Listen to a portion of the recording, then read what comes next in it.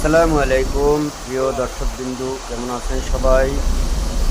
বাড়ির থেকে ঢাকা আসার পথে পদ্মা সেতু টোল প্লাজায় এই যে আমাদের লাবিবা পরিবহন টোল দিচ্ছে, তার ছোট্ট একটা ভিডিও ধারণ। এই যে সামনের প্রাইভেটটা টোল দিল, এখন চলে যাচ্ছে।